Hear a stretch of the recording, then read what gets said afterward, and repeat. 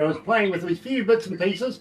6 after 10 o'clock, it is 19 degrees downtown, heading for a high. Well, it was 18 degrees, we're past that. My high prediction today, 22 degrees. I think we're going to make that.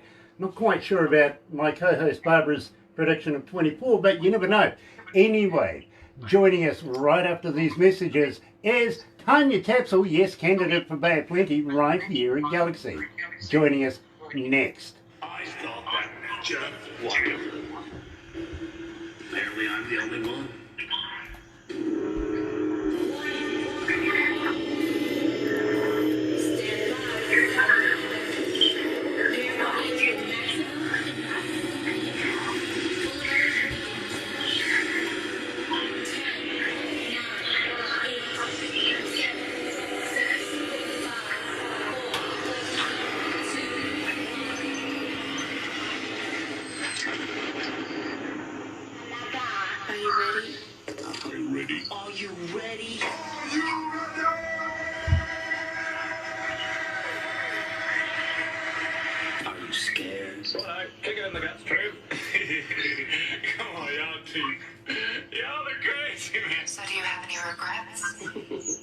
Seriously. And you don't know me yet. Oh, you're Harwood here. Galaxy, Put the sugar in the water, build a fire, make it hotter from the hopper to the copper, and it's moonshine. Hey everybody, this is Jody Medford, and you're listening to my good friend Grant at galaxy107fm. I have some great news. Me and Southern Halo are coming to New Zealand and Australia early next year, and Grant has all the details. Be listening. Howdy, we're One Ugly Cowboy, and you're rocking with awesome DJ Grant Reed on Galaxy 107 FM. Come on, get your ugly on. Big time. Yeah, mate. That's a good idea. Yeah, mate. Hi, I'm Marcy Rosa, And I'm Sunny Rosa. and together we are Rosewood Studio. You've probably been wondering what's this Artists in Isolation series you keep hearing about. The Artists in Isolation albums are compilation records consisting of new original songs from 17 amazing artists. We at Rosewood Studio How you feeling? You okay? services, recording, mixing, Nice, and mastering nice. free of charge to ensure that 100% of the It's about a minute and a half to go in the ads, and then we'll go live. Support these musicians with a source of income while this pandemic. Oh, it looks like she's frozen up. Artists in Oh Isolation no. available now exclusively on Bandcamp. Hey, you're back. Sorry, someone just tried to call me, but I hung up. I get that a lot as well. Don't worry. So, you're still living in Makatu? Yeah, Nice place. I like the pies. yeah, it's a beautiful place. It is a nice place. I've passed through there a number of times. Usually something to do with Barbara, if you know what I mean. She lives out that way. Yeah.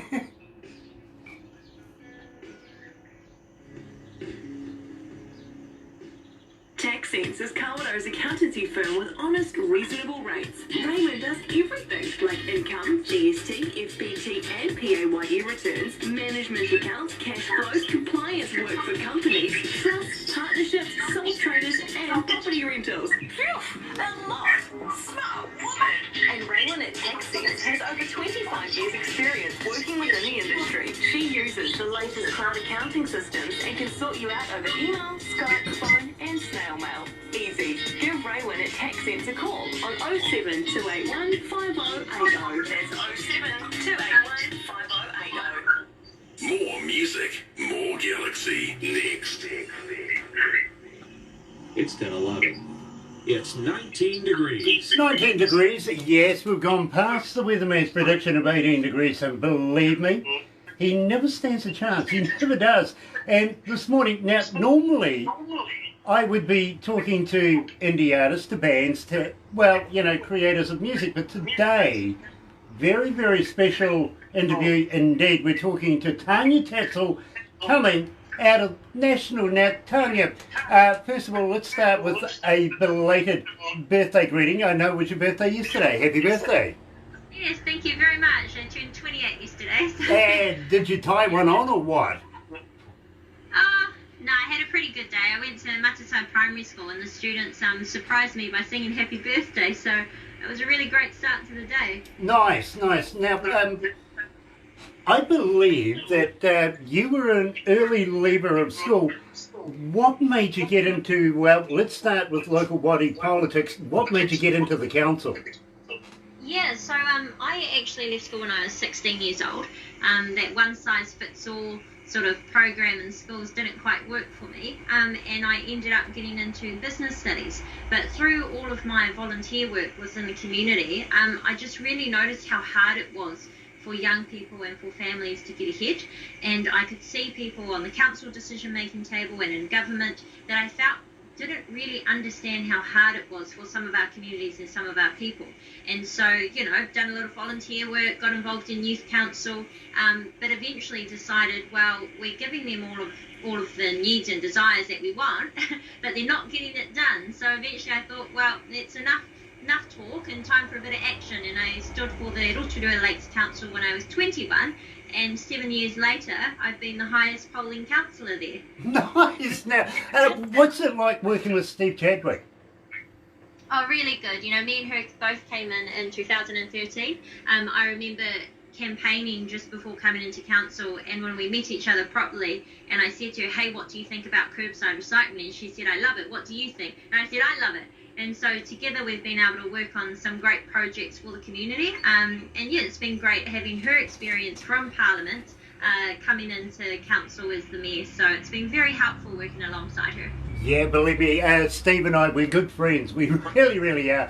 I gave her first interview when I first came to Kawerau over at the old Kia building, and well, we've been mates ever since, if you know what I mean. Now, and I want to talk to you about your policies because I'm quite intrigued. First one up here is jobs for our kids. How old do they have to be before we can get them out there at work? How about 5? 5? No. That's called child labour these days. But, you know, I started my first job when I was 14 at the Pizza Hut restaurant in Rotorua, and you know, a lot of young people these days don't start until 16 or 18. But why I have jobs for our kids as a top priority is, you know, we have officially been announced to be in a recession, so we know that the effects of this COVID is going to be very hard for us over the next 3 years. Biggest recession in 160 years, the Reserve Bank tells us. So when we think about who are the people that are going to be most vulnerable in terms of trying to find jobs, it will be our young people. So ensuring that our students at school now are getting a good education, are able to get onto good training or pathways to then walk straight into a job is actually something that I'm really passionate about, because our children shouldn't have to leave the region or our towns to be able to find a job, because we have farming, we have forestry, we have horticulture, and the opportunities are here, and I want to help support them. You know, I like that, but for a little town like Kawerau, for instance, how do we make it better? Oh, look, I think it's providing the opportunities for people to be able to thrive. So I'm a big supporter of a buy local, for local approach, which means let's not get programs that have been designed in Auckland or Wellington and expect them to work in Kawerau, because they just won't. So for me, it's about talking with our businesses in Kawerau to say, hey, how do we make sure that you have spots to train up our young people and give them a job? Because what people don't realise is, you know, you might start at the bottom, you know, picking the kiwi fruit, but even in our orchards, there are huge career opportunities there in all sorts of different areas if they're willing to work hard. And so it's providing those opportunities, but working with local businesses too. You know, I absolutely love that. And, well, through the lockdown, things like the kiwi fruit kept our economy going, if you know what I mean. Same with our milk products, same with our beef, same with our exports, with our meats, everything like that. Is it time to come out of the cities and go back on the farms and start propping up this country again?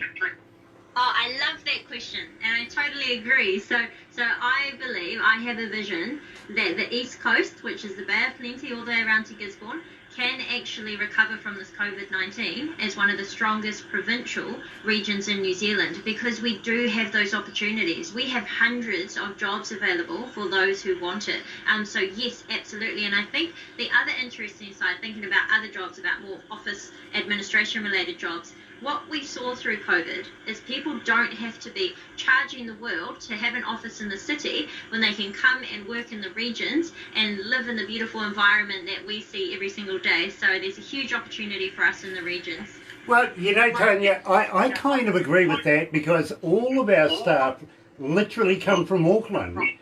We've been here for a number of years, and in fact, the Right Honourable Anne Tolley opened up Galaxy almost 7 years ago, so it would be remiss of us if we didn't talk to you, seeing you taking her place. But, you know, we felt that this was an economic decision that we needed to make, if you know what I mean. We could do this anywhere in the country, but we came here to Kawerau to try and bolster something for this town. And I've got to be honest with you, tomorrow in England, we're being introduced into the very first online magazine for a company over there. So we're promoting Kawerau all around the world, literally, in a number of ways. We've been on movies, we've been in newspapers, we've been in television. In fact, we're doing another television thing in Canada for a series over the next couple of weeks. So, and also in Norway.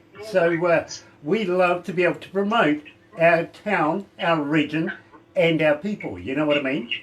Mm-hmm. And we think that the media is the way to go for us, because that's what we're trained in. Now, at the same time, you now are stepping into a huge pair of shoes. I've got to be honest with you, replacing Anne Tolley, that's massive in its own right. Is that daunting to you? Yeah. Is that a daunting task to you? Are you up for the challenge?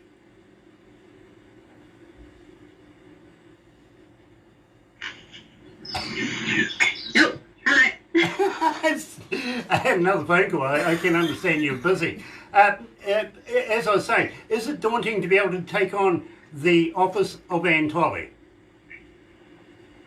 No, look, it's an incredibly exciting opportunity, and what I'm really lucky for is having the great support of Anne Tolley.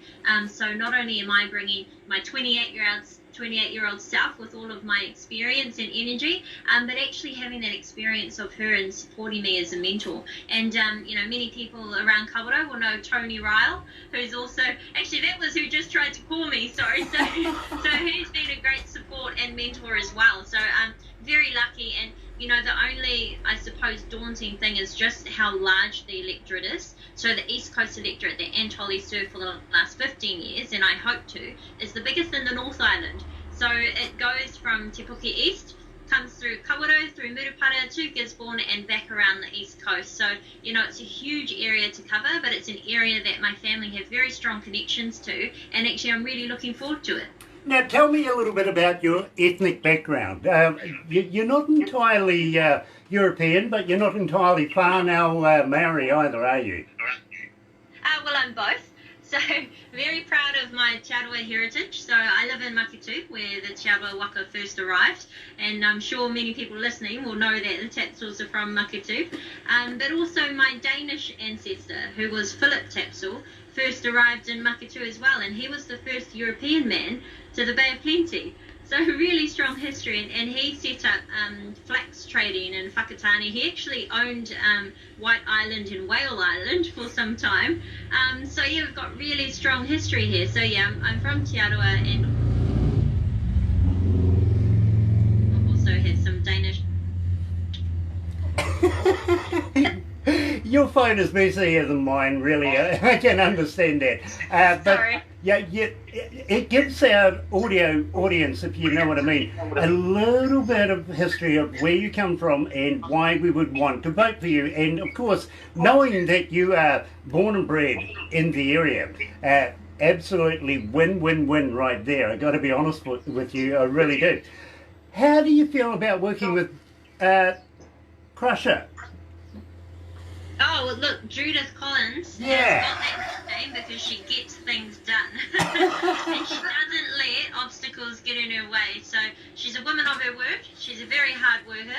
She's been around for a long time, and she had a very successful career in law and order previously, prior to politics. So, you know, I think this country at this time, when we're going into such troubling economic times, actually actually need someone that understands business and that understands how to get things done, because we've had a lot of announcements lately, but what we need is we need some action and we need some delivery on the ground so that our locals can see the benefits of government investment. Absolutely, and you know something, I absolutely love the head-to-head with Judith and of course Jacinda Ardern last night on TV. I thought that was absolutely fantastic. Give me your points of view. What do you think was the winner for Judith? Who do I think was the winner of the two, or the winning thing for Judith? Yeah, well, what do you think made Judith look that much better than Jacinda Ardern?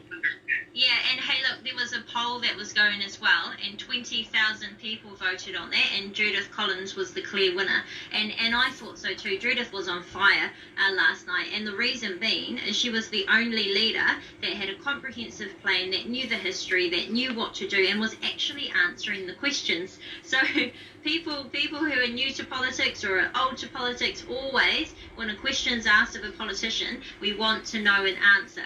And that's what we saw from Judith. And yeah, she was really good. She understands our community, she understands New Zealand, and like I said, she'll get things done. Now, do you think she'll open the borders pretty quickly? Yes, but what we're proposing, the National Party, and she's been a strong advocate for this, is we need to open up our borders to keep the economy going, but we need to do it in a safe way. So National Party has proposed a border agency, which basically means instead of having the Ministry of Health, the Ministry of Justice, all these other ministries, let's create one Crown agency to solely focus on border protection and control. And what that means for us is that we can have our family come through, we can have people who invest in the economy come through, but National and Judith Collins are saying they must have a negative COVID-19 test before they come in. So we want to stop it at the borders, but allow people to come in and out so that our economy can continue to grow. Now, I don't know whether you're aware of this or not, but our company also has a sub-company that up until a little while ago with this COVID virus thing, we were bringing bands into the country and playing them in front of New Zealand audiences. When can we go back to work? Hopefully as soon as possible. So if the national government is elected, we will open up the borders in a safe way. We will make sure that people aren't bringing in COVID-19, and if there happens to be a situation where COVID-19 is reintroduced to New Zealand, we have got plans in place to have more testing stations, only a 1 hour wait time, and actually have that border agency in control so that we can have better tracking and we can actually get the economy moving again. Because I know I used to love going to concerts and stuff, and you know, for the Bay of Plenty as well, having concerts, you know, even like the huge One Love, you know, there's a lot of people in Australia that are saying, oh no, we can't come back for that, and that is actually a huge income earner for our local businesses and our hospitality. So I'm really keen to see our borders open safely as soon as possible. Well, I absolutely love that. I do. I don't want to put, I mean, we deal with about 5,000 plus people at a concert. We don't want to put anybody at risk, you know what I mean? But we are taking a hit right now financially, because we can't make any money because the borders are closed. We can't bring this talent in. So believe me, if you can do something about that, I would be very impressed very quickly. I would. Now tell me about your policies with the DHB. For the DHB? Yes. Yeah, so the DHB, for those tuning in, are the district health boards. I'm being a strong advocate and fighting hard to keep our district health boards local. So through that first lockdown, there was a report from Heather Simpson. The government spent $4 million on getting that report done, and what it said is actually we need to reduce our DHBs and remove locally appointed people. Now for us in Kawerau and Whakatane and Makatu, where I come from, that's a very scary prospect, which is why I'm saying, people, you need to know about this. If this government gets in, they will reduce our DHB and we will lose our locally appointed voice on that. So what that means is our hospital will be run out of Waikato, Hamilton. And we don't want that, and we've got a lot of families around the East Coast that will not benefit from that either. So ensuring that we have good access to local health services is really important to me, and something that I'm fighting hard for as we go into this election. That's really, really good. Now, at the same time, security for seniors, did we all get a policeman and a police car? Yes, so security for seniors has been one of my one of my core priorities too. It's not about getting the police car. What it is, it's about ensuring that our seniors feel safe in their communities. And I want to raise something which is actually about the methamphetamine abuse within our communities. And this is, and you'll see on that brochure that you've got of mine, that's one of my top 5 priorities, is providing a meth action plan for our community. This hasn't been talked about enough, but actually methamphetamine has been a huge cause in the increase in violent crimes and robberies within our community, and I want that to stop.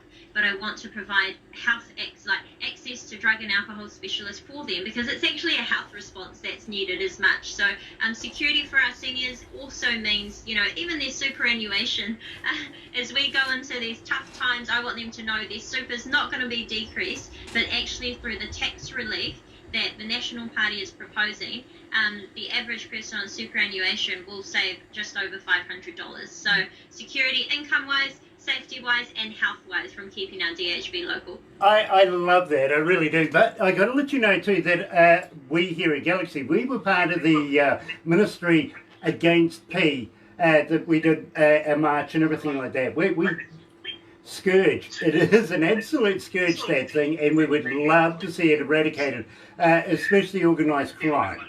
Yes. You know what I mean? So you've got somebody supporting you right here with that straight away.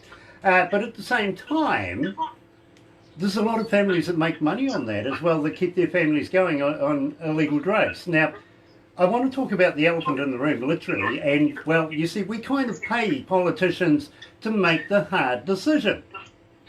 When they can't make the hard decision, what do? They give us a referendum. They throw it back at us. Now, if we're going to answer these referendums, what do we get out of it? Yeah, I mean, do we get paid? And do the politicians not get any money for this one?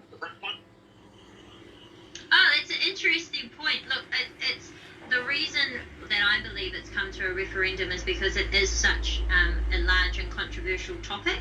So while I agree, most of the time, well, actually the vast majority of the time, politicians are there to make decisions. I think because of how groundbreaking and the huge change that will come from things like legalising cannabis, I think it is right that we do go to the community to get some feedback on that. Well, you know, Tania, I've got to be honest with you. I was in favour of it when it was being a medical deal. But when it came out to be a legalisation thing, I think we need now to really think seriously about this. I really do. It has a number of implications. It really, really does. But at the same time, we are also looking at the end-of-life choice referendum as well. Now, tell me personally, what's your decision here? Are you in favour of the end-of-life referendum? Because now, let's be honest, we are the kind of people that will put our animals down when they need it, and we call ourselves humane, but we keep grandma hanging in there. Excuse me a minute.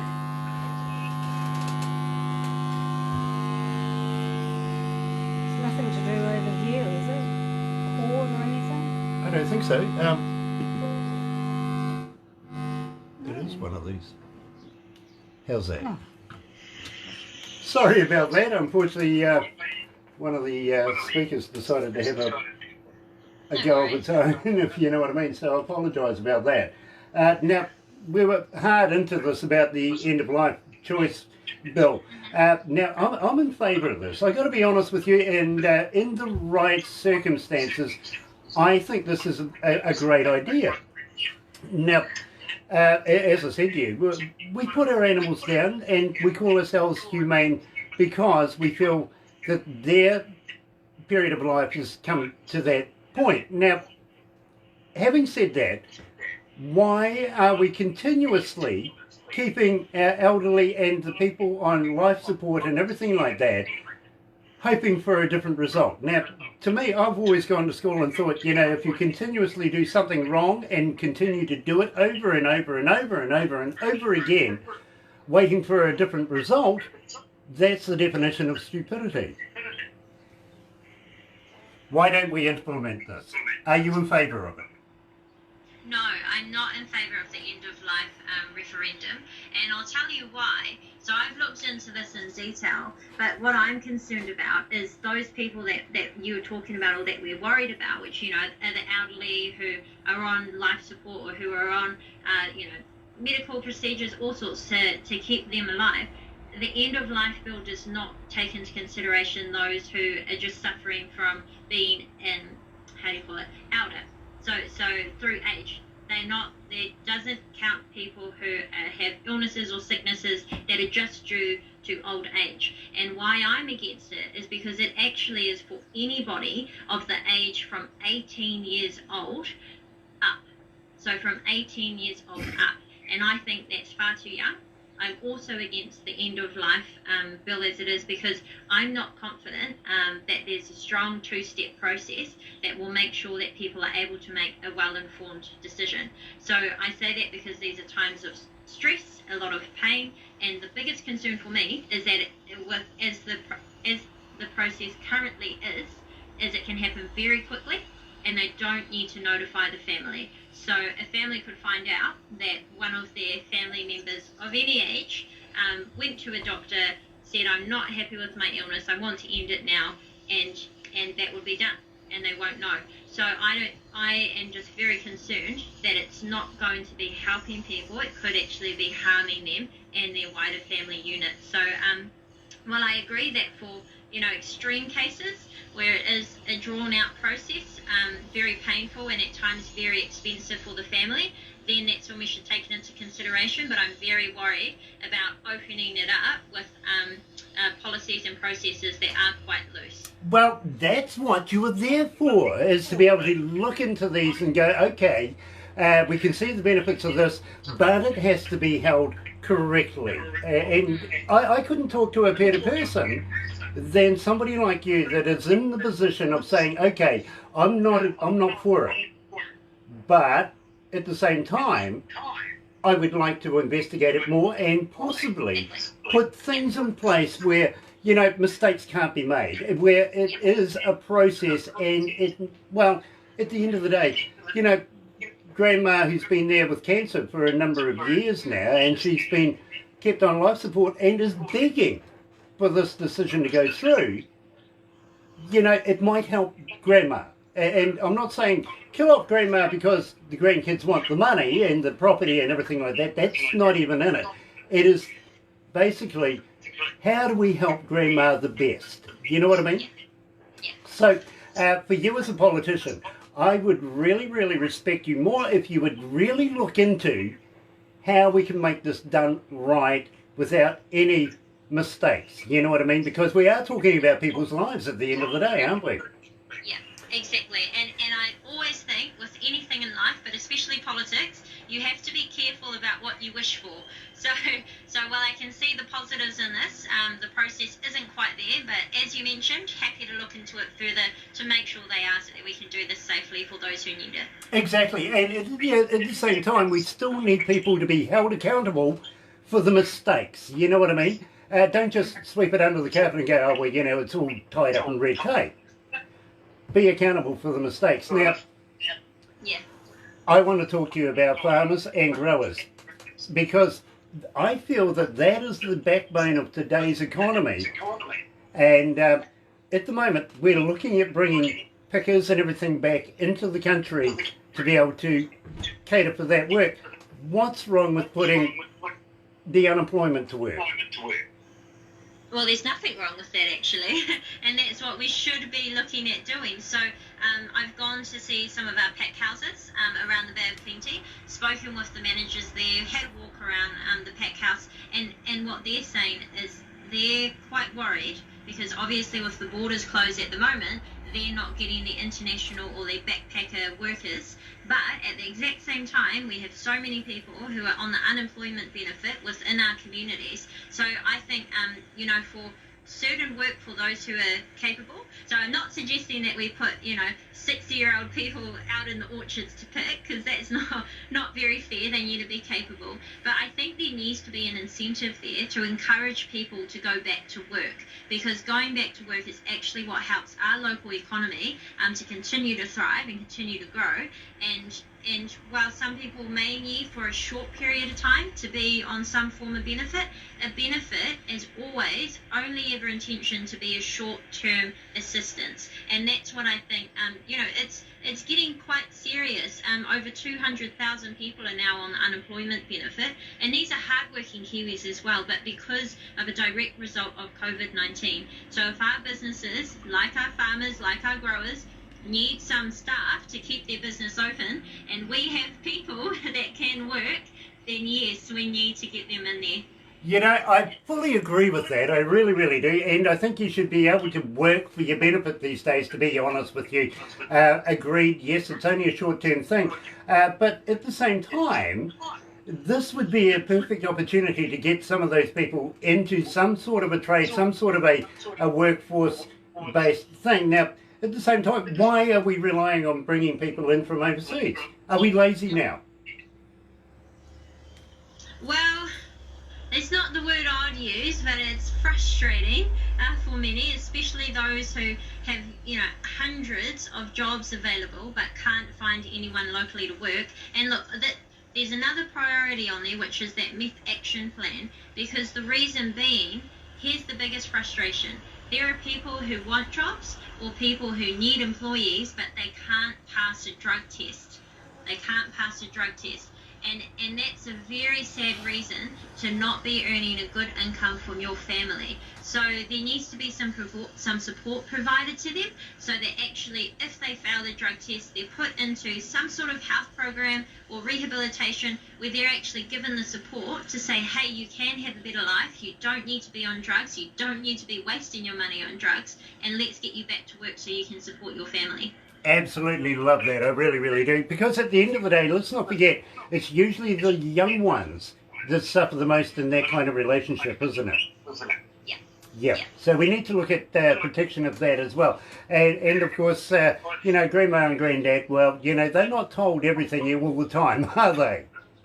No. So, okay, how do we build new businesses here in New Zealand?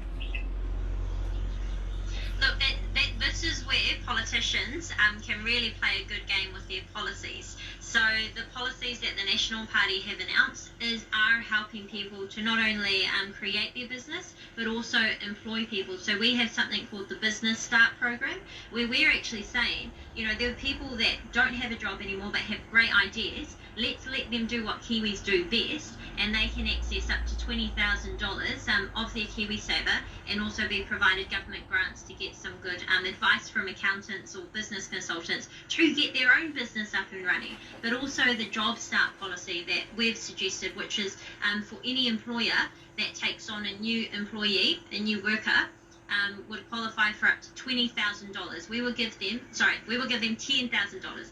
$20,000 for Business Start, $10,000 per new employee that they bring on to help them to hold their employee, give them the training and keep their business going. So practical solutions like that. There's a lot of money that has been given out by the government at the moment for the wage subsidy that's just ended. And as we look to the future, National is saying, well, let's actually invest in the things that are going to make a difference and allow real businesses, real people to create real jobs. Now, I don't know whether Judith Collins is going to like me saying this or not, but why don't we bring back some of our businesses from China? Well, the opportunity is there, I suppose. Yeah, But for our communities, can I just say that as the local MP, I would be ensuring that our locals are actually happy with what sort of business is coming in, because there's a very controversial water bottling plant just up the road from you guys that our locals aren't very happy with.